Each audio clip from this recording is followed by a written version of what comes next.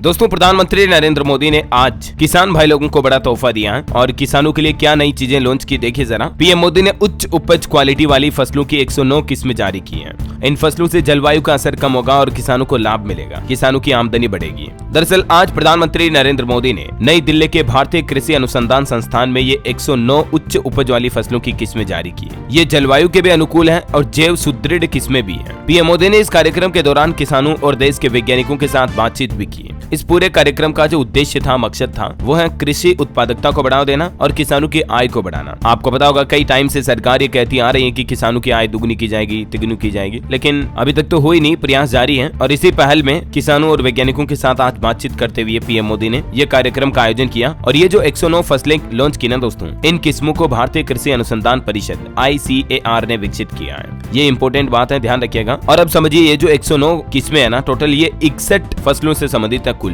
जिनमें से 34 तो खेतों में लगाई जाने वाली फसलें हैं, जबकि 27 बागवानी वाली फसलें हैं। पीएम मोदी ने दिल्ली के पूसा परिसर में 3 प्रायोगिक कृषि भूखंडों पर बीजों को पेश किया और इस मौके पर प्रधानमंत्री ने किसानों और वैज्ञानिकों के साथ संवाद बातचीत भी की, ठीक है ना। अब ये जो कृषि उपज और बागवानी वाली फसलें, इनमें देखिए आप कौन कौन सी फसलें शामिल है। खेत की फसलों में बाजरा, चारा फसलें, तिलहन, दलहन, गन्ना, कपास, फाइबर और अन्य संभावित फसलों समेत विभिन्न अनाज के बीज जारी किए गए हैं। वहीं बागवानी फसलों में फलों, सब्जियों, बगानों, कंद फसलों, मसालों, फूलों और औषधीय फसलों की विभिन्न किस्में भी शामिल हैं। आपको पता होगा इस बार के बजट में भी सरकार ने पीएम प्रणाम योजना की घोषणा की थी, जो भी हरित कृषि को बढ़ावा दे रही है और सरकार का प्लान है कि किसानों की आय वगैरह बढ़ाई जाए। लेकिन दोस्तों, भले ही आज सरकार ने 109 किस्में जारी की हैं, लेकिन इतना काफी नहीं होगा। किसानों की और भी कई सारी मांगे हैं। पीएम मोदी ने कहा कि लोग जैविक फूड की ओर आगे बढ़ रहे हैं। इधर शरद पवार ने यह दावा किया कि किसानों की खुद की जान लेने की घटनाएं काफी ज्यादा बढ़ गई हैं। देखिए आप, एनसीपी के अध्यक्ष शरद गुट के शरद पवार बोले कि समय की मांग है कि राज्य में सरकार बदली जाए और ऐसी सरकार बनाई जाए जो किसानों, युवाओं और महिलाओं के हितों की रक्षा करें। आज भी दोस्तों किसान संगठनों की कुछ प्रमुख मांगे हैं। देखिए आप, सभी फसलों की MSP पर खरीद की गारंटी का कानून बनाया जाए, डॉक्टर स्वामीनाथन आयोग की रिपोर्ट के हिसाब से कीमतें तय हो, किसान खेत मजदूरों का कर्जा माफ हो, किसानों को भी पेंशन दी जाए, भूमि अधिग्रहण अधिनियम 2013 को दोबारा लागू किया जाए, लखीमपुर खीरी कांड के दोषियों को सजा दी जाए, मुफ्त व्यापार समझौतों पर रोक लगाई जाए। इसके अलावा जो किसान आंदोलन में मृत किसान थे, उनके परिवारों को मुआवजा मिले, उन्हें सरकारी नौकरी दी जाए, विद्युत संशोधन विधेयक 2020 को रद्द किया जाए, मनरेगा में हर साल 200 दिन का काम और 700 रुपए दिहाड़ी दी जाए, नकली बीज, कीटनाशक दवाइयां व खाद वाली कंपनियों पर कड़ा कानून बनाया जाए, मिर्च, हल्दी एवं अन्य मसालों के लिए राष्ट्रीय मसाला आयोग का गठन किया जाए, संविधान की 5 सूची को लागू कर आदिवासियों की जमीन की लूट को बंद किया जाए। ये किसान संगठनों की कुछ प्रमुख मांगे हैं। ये वजह कि आए दिन किसान भाई लोग हड़ताल आंदोलन करते रहते हैं। अभी भी आपको पता होगा इस बार के 15 अगस्त स्वतंत्रता दिवस पर भी किसानों ने ट्रैक्टर मार्च निकालने की दिल्ली कूच की चेतावनी दी है। तो ये दोस्तों किसानों से जुड़े कुछ महत्वपूर्ण न्यूज अपडेट थे। उम्मीद है आपको जरूर जानने मिले होंगे। और भी आपके मन में कोई सवाल है तो कमेंट करके पूछेगा मुझे जरूर। और बाकी इस वीडियो को लाइक और शेयर करना, DLS न्यूज चैनल को सब्सक्राइब करके बेल आइकन जरूर दबा देना, रोजाना ऐसे इन्फॉर्मेटिव काम की खबरें देखते रहने के लिए।